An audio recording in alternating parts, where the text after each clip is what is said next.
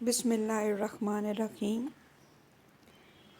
Dear students, the poem that we are going to do today is one of a very famous poem of Philip Larkin, that is Church Going. This poem appeared in his collection The Less Deceived. The poem itself was written on 28 July in 1954. The poem is in a monologue form where we see the persona of the poem brooding over the situation that what would happen when people would completely stop going to the churches. The poem has a structure which follows of having 7 stanzas. Each stanza has got 9 lines. R. N. Parkinson, he says regarding the poem, inverted commas open, the whole tone of the poem expresses doubts about the validity of atheism as a creed or as an attitude. So when we will look at the poem, we will see that Philip Larkin has got a half mocking and a half serious tone throughout the poem. He is dwindling between faith and faithlessness. He appears to be an agnostic, but he also clings or likes to cling to the traditional ritualistic aspect of a church. This poem is also important in the scenario of the 20th century. The 20th century, which saw the two world wars fought between so many countries. As a result of these world wars, the most affected was religion. People lost hope and faith in religion. And this is what we see here in this poem. Philip Larkin shows the character of the poem, which might be himself going to a church, visiting a church, and when he visits a church and what he sees around does not as such give him a spiritual strength which he was probably looking for. So this poem is a commentary on the situation of a modern man who is dwindling between faith and faithlessness, hope and hopelessness, who wants to cling to religion, but he sees no escape, no relief in religion itself. And for that, I would like to quote another critic, Parkinson. He says, inverted commas open, the visible and outward signs of devout contemplation, bringing into focus the beauty of ethics, philosophy, and history upon human nature. Inverted commas closed.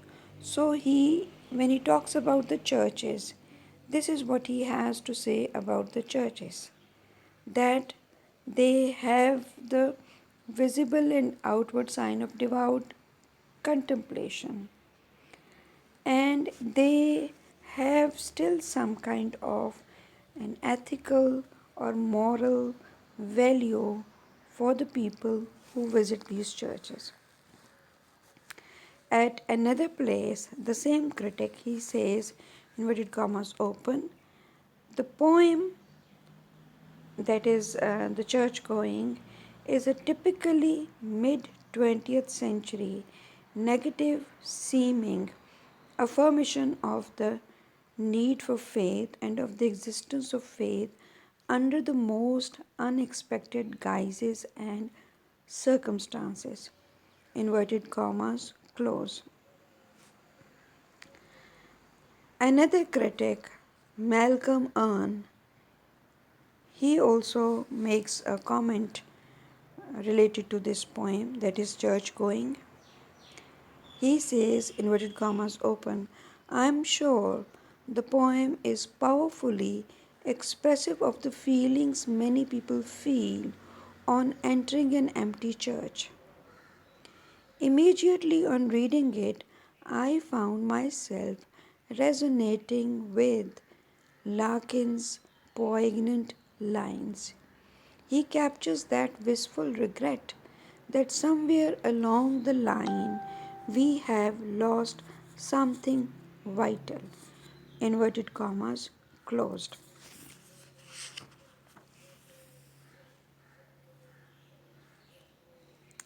Now let's discuss the poem in detail. Once I'm sure there's nothing going on, I step inside, letting the door thud shut.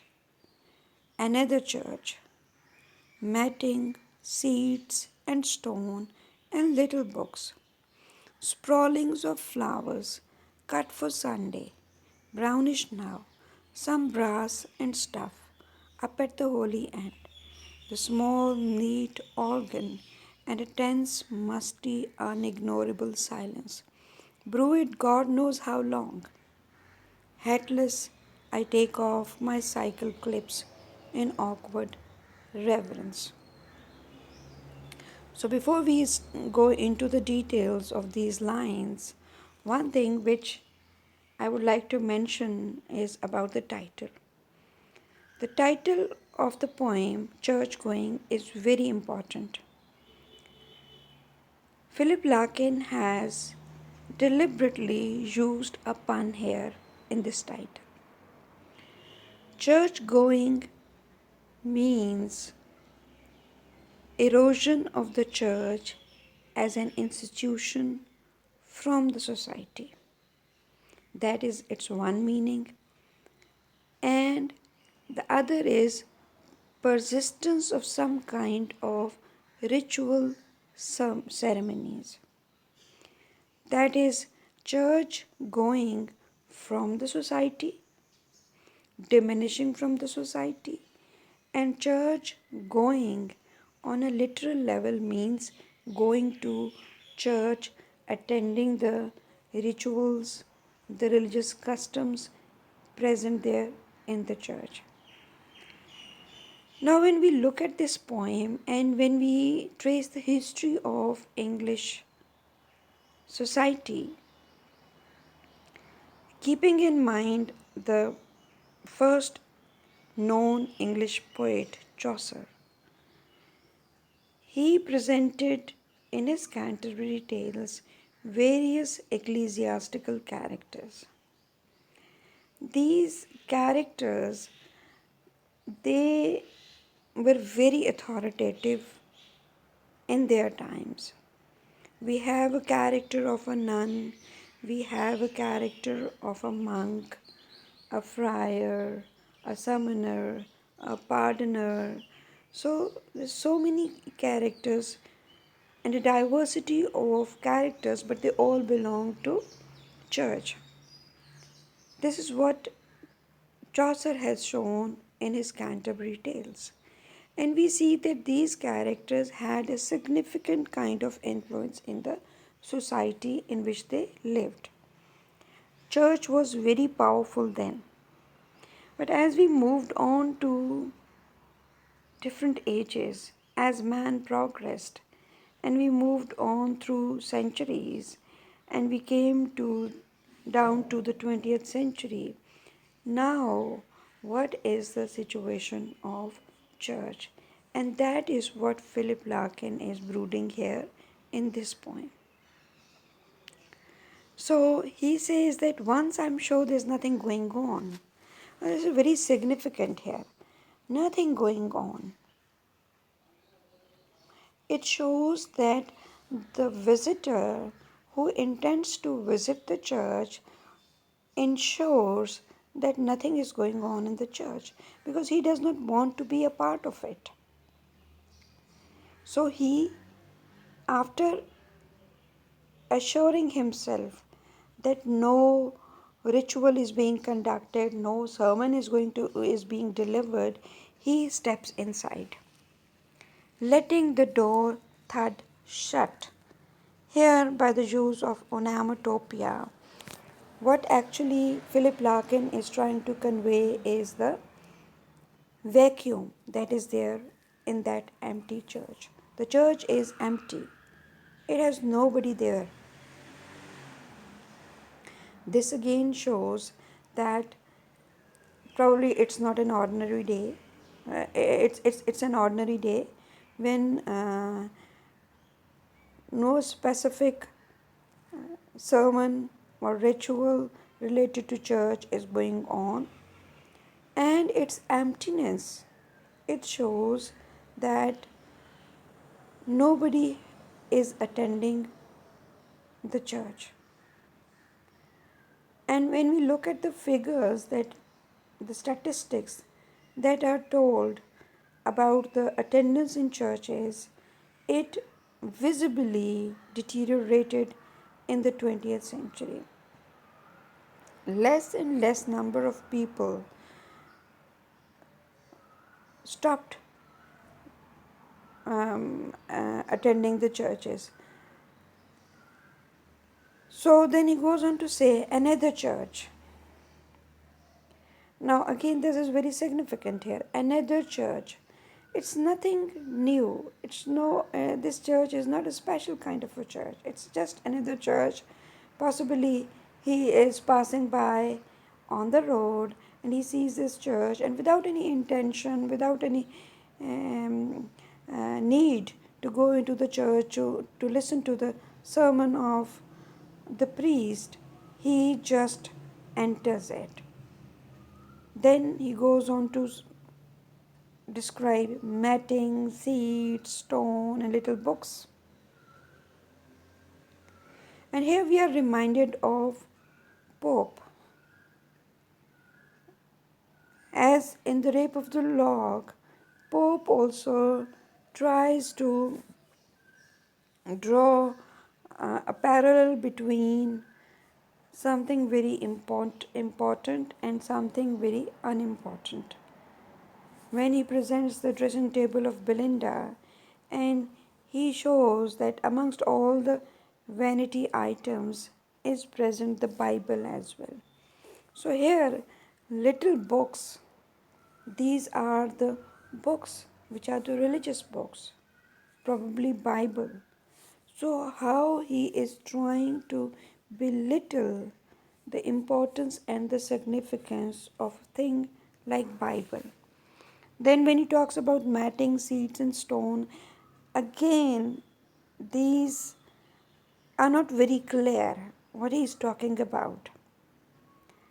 And then sprawlings of flowers cut for Sunday, brownish now. So he sees flowers there, but these flowers are stale. They've grown brown. And God knows when was the last time these fresh flowers brought to the church. Probably some Sunday, but which Sunday? 3 weeks back, a month back, 2 months back. Nobody is there to tell. And this again establishes the fact that nobody comes here. The attendance in the churches is almost zero. Then he goes to say some brass and stuff up at the holy end, the small neat organ, and a tense, musty, unignorable silence, brewed God knows how long. So after going on to describe the things that are present, and he does not give them a specific name. It's they are metallic things. There's a small organ there. Then there are little books. But what prevails in the atmosphere? It is an unignorable, tense, musty kind of a silence. And this also shows that probably nobody has come for a while. It's a stale kind of a silence, but a silence which cannot be ignored. It's so tense, it's so dense, and God knows for how long has this silence been brewing here. In this church, nobody is there to tell. And then again, a very important thing happens. Hatless. I take off my cycle clips in awkward reverence. He's not wearing a hat, which is a tradition or which is a customary practice that when you enter a church, you have to have your hat on your head. So, this again shows the deterioration of the religious customs related to the entrance in churches. So, he's not wearing a hat, but at the same time, he feels an awkward kind of a reverence. He wants to show a kind of reverence for church. So, in place of hat, what he does is that he takes off the cycle clips of his bicycle to show a certain kind of a respect.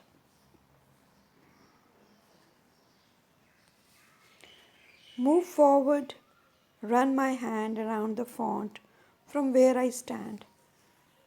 The roof looks almost new, cleaned or restored. Someone would know, I don't.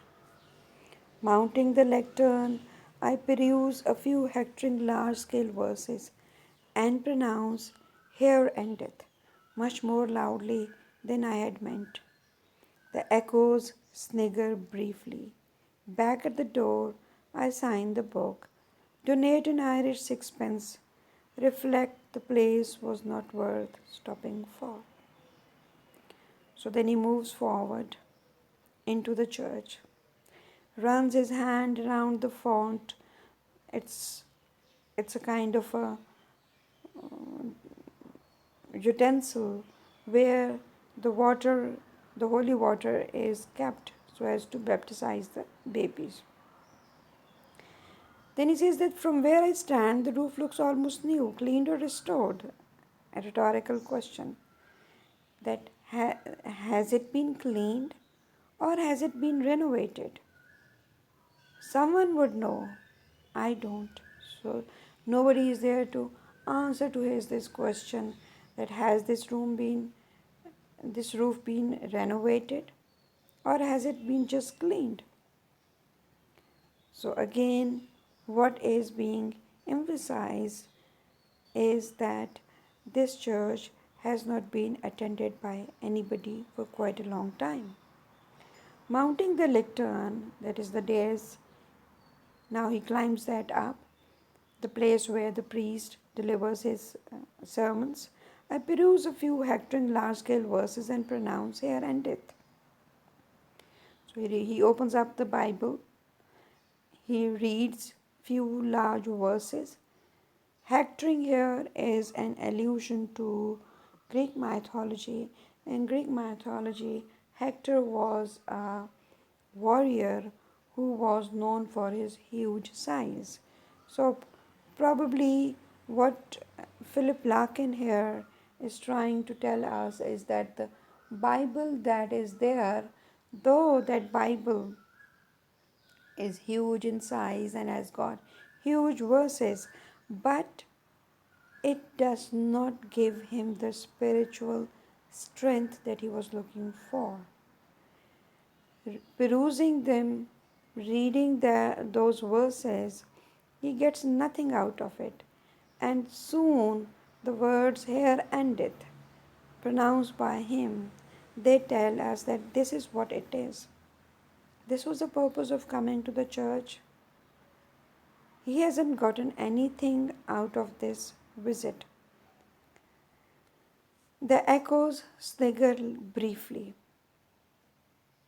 So, when he utters these words out, his own voice it echoes back and snigger mockingly it comes back to him. Again, emphasizing the tense and deep silence that is prevailing in the church. The church, which ought to have been peopled by many people, which ought to have the priest over there, which ought to have listeners there listening to the sermon, is empty. Nobody is there to listen to what Philip Larkin has to say. So when he speaks, his own voice comes laughing back, mocking back at him, to further make him realize more strongly the situation of the church. So now he moves out of the church, and back at the door I sign the book, donate an Irish sixpence. So he now reaches the door, he is about to move out, he signs the book, the register, and he donates an Irish sixpence. Again, this is very significant because an Irish currency would be valueless in the English background. So even the currency that the coin that he puts in the box, donation box, has no value. So even the charity that he is doing, this charity has no value. And then he says that I reflect the place was not worth stopping for. So by chance, when he had stopped in front of that church, and out of curiosity, he had entered into the church, trying to look for something, trying to find something, trying to get a kind of a spiritual strength. When he comes out of the church, he reaches the conclusion that this place was not worth stopping for, because here endeth the purpose of going to the church. Ended here. It ended in futility. It ended in giving him, providing him nothing.